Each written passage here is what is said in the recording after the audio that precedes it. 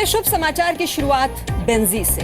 Benji दरअसल एक autistic child है जो बोल नहीं पाती, लेकिन जब वो गाती है तो सुनने वाले सब कुछ भूलकर बेंजी की गायिका में खो जाते हैं। बेंजी देश ही नहीं बल्कि पूरी दुनिया में ऑटिस्टिक बच्चों के लिए मिसाल है। बेंजी ने साबित कर दिया कि उम्मीद हो, लगन हो और ईमानदारी हो तो कामयाबी जरूर मिलती है।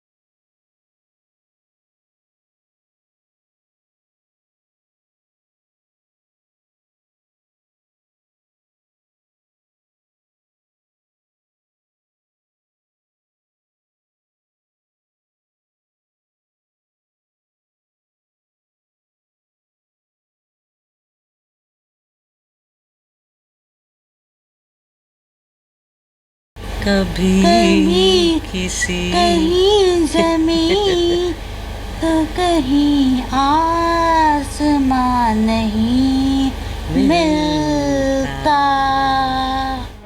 जीवन के इस अजूबे को जानने के लिए आपको बेंजी की जिंदगी से मिलवाते हैं। बेंजी जब छोटी थी तभी डॉक्टरों ने कह दिया था कि वो या तो बिस्तर पर रहेगी या फिर व्हीलचेयर पर। लेकिन बेंजी की मां ने हिम्मत नहीं हारी और अपनी बेटी बेंजी के हुनर को पहचाना। मां की हिम्मत और बेंजी की कला का ही नतीजा है कि बेंजी आज गाती है। ईश्वर की कृपा है, उन्होंने हमें एक सिम्टम दिखाया क्योंकि बेंजी को डॉक्टर ने बिल्कुल डेड चाइल्ड घोषित कर दिया था, लेकिन भगवान ने हमें एक सिम्टम दिखाया, वो ये कि ये म्यूज़िक टॉय से रिएक्ट किया इसने। तो मैंने क्या किया, इसका सारा दिनचर्या जो है, सारी रूटीन, डेली रूटीन में जितनी भी एक्टिविटीज़ थी उसको म्यूज़िक से मर्ज कर दिया। और हमने जब धीरे धीरे ये नोटिस करना शुरू किया कि उसमें ये इसका रिस्पॉन्स धीरे धीरे आने लगा। तेरे साथ का तेरे प्यार का अपनेपन का एहसास मिला मुझे, माँ तुम्हीं से, माँ तुम्हीं से। दिल्ली की रहने वाली बेंजी भले ही आपकी हमारी तरह से अपने जज्बातों को सबके सामने रख नहीं सकती है, लेकिन वो सफलता का वो मुकाम हासिल कर चुकी है जिसकी कल्पना भी मुश्किल है। 9 साल की उम्र में बेंजी का पहला ऑडियो कैसेट रिलीज हुआ। इसके बाद कोशिश नाम से बेंजी का दूसरा ऑडियो कैसेट लॉन्च हुआ। साल 2004 में 10 साल की उम्र में ही बेंजी को राष्ट्रपति एपीजे अब्दुल कलाम के हाथों नेशनल अवार्ड मिला। इतना ही नहीं, बेंजी के नाम 2 record Limca book of record में भी दर्ज हैं। 2006 में नेशनल लेवल पर गोल्ड मेडल हासिल किया। बेंजी को राष्ट्रीय कामवीर पुरस्कार भी मिल चुका है। ऑल इंडिया रेडियो में आर्टिस्टों की श्रेणियों में बेंजी को स्थायी कलाकार घोषित किया गया है। पूरे देश में अब तक बेंजी ने 1000 से ज्यादा परफॉर्मेंस दिए हैं। बेंजी एक नामचीन फनकार बनना चाहती हैं। बेंजी की इस हिम्मत, इस लगन को लता मंगेशकर ने खुद भी सराहा है। मैं बड़ी होकर गायिका बनूंगी, लता आशा भोसले जी की तरह। बेंजी अपने सपने को सच करने के लिए रोजाना रियाज करती है। बेंजी के नाम में भी एक राज छुपा है। बेंजी का नाम बड़े प्यार से उनके पापा ने रखा था, जो आज इस दुनिया में नहीं है।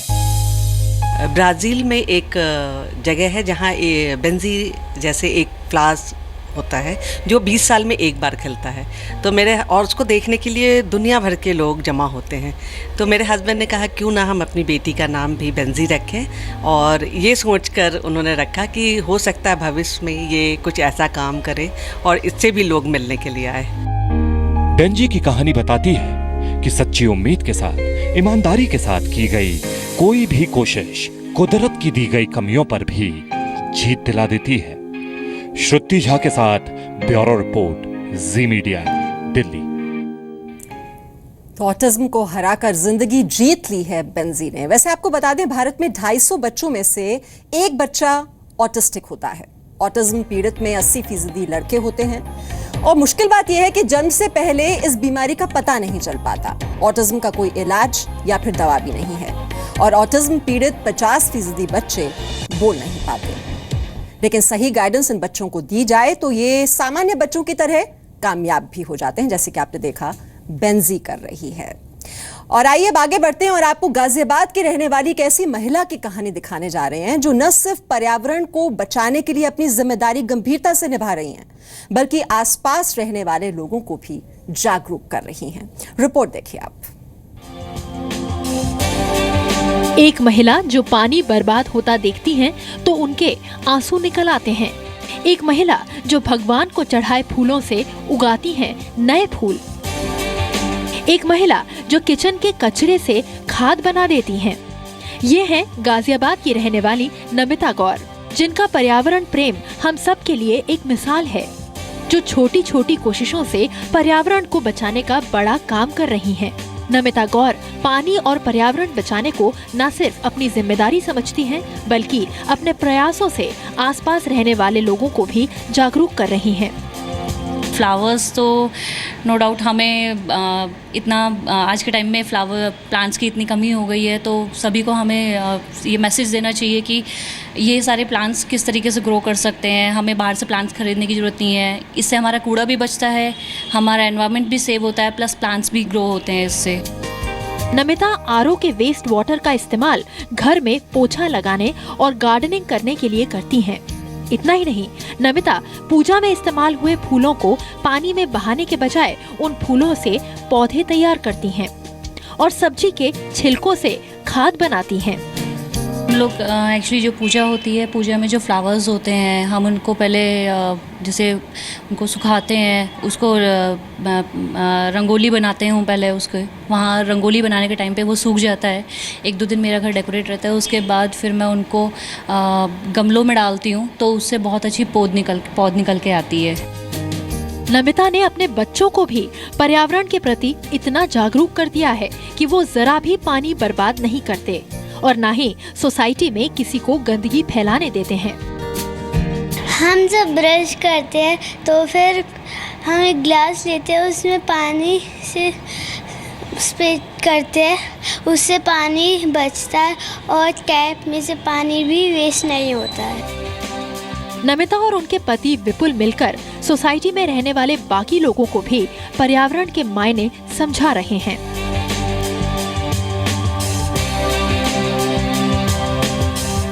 नमिता की इन कोशिशों को देखकर लगता है कि पानी बचाने और पर्यावरण को बेहतर बनाने के लिए बड़ी बड़ी योजनाओं की जरूरत नहीं है। हम और आप अपने घर में इन छोटे छोटे तरीकों से भी बड़े काम कर सकते हैं। रूफी जैदी, जी मीडिया, गाजियाबाद।